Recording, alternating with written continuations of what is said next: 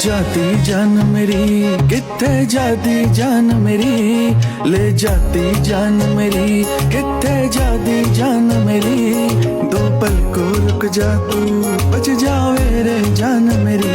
किसने तुझे रोका है, ये इश्क ही धोखा है। হ্যালো এভরিওয়ান, আসসালামু আলাইকুম। আশা করি সবাই অনেক ভালো আছো। যদিও দেশের বন্যার কারণে দেশের পরিস্থিতি অনেক খারাপ, যাদের সামর্থ্য আছে তারা দূর থেকে হলেও বন্যার সকল অসহায় মানুষের পাশে দাঁড়াচ্ছে। আসলে আমাদের উত্তরাঞ্চলে তেমন কখনো এভাবে বন্যা হয়নি, আর আমরা এরকম বন্যার সম্মুখীন কখনো হইনি। ফোন হাতে নিলে শুধু বন্যার নিউজ, মানুষ কতই না কষ্ট করতেছে। যাই হোক, আল্লাহ সকলকে সুস্থ রাখুক আর তাড়াতাড়ি সবকিছু ঠিক করে দিক। আমার এই ভিডিওটা দেখে অনেকেই কমেন্ট করতে পারো যে আমি এরকম পরিস্থিতিতে কোথায় যাচ্ছিলাম। আসলে এই ভিডিওটা ছিল আন্দোলনের আগের ভিডিও। এই দিন আমরা হঠাৎ করে প্ল্যান করি যে আমরা ঘুরতে যাব, আর এই তো আমরা অনেক সকালবেলা রেডি হয়ে বাইর হয়ে পড়ছি। আর অনেক সময় ধরে জার্নি করার পর আমরা প্রায় আমাদের গন্তব্যস্থলে পৌঁছায় গেছি। তোমরা যারা রংপুরে থাকো তারা এই জায়গাটা অবশ্যই চিনো। আর এখানে ভিতরে যাওয়ার জন্য অবশ্যই টিকিট কাটতে হবে। দেন এখানে আমরা টিকিট কাটে ভিতরে ঢুকেও পড়লাম। আর এখানে খুবই সুন্দরভাবে গাছগুলা দিয়ে ডিজাইন করে লিখে দিছিল ওয়েলকাম টু তাজহাট। আমি ওটাই দেখাচ্ছিলাম। যাই হোক, আমি একটু অসুস্থ থাকার কারণে আমার ভয়েসটা একটু চেঞ্জ হয়ে গেছে।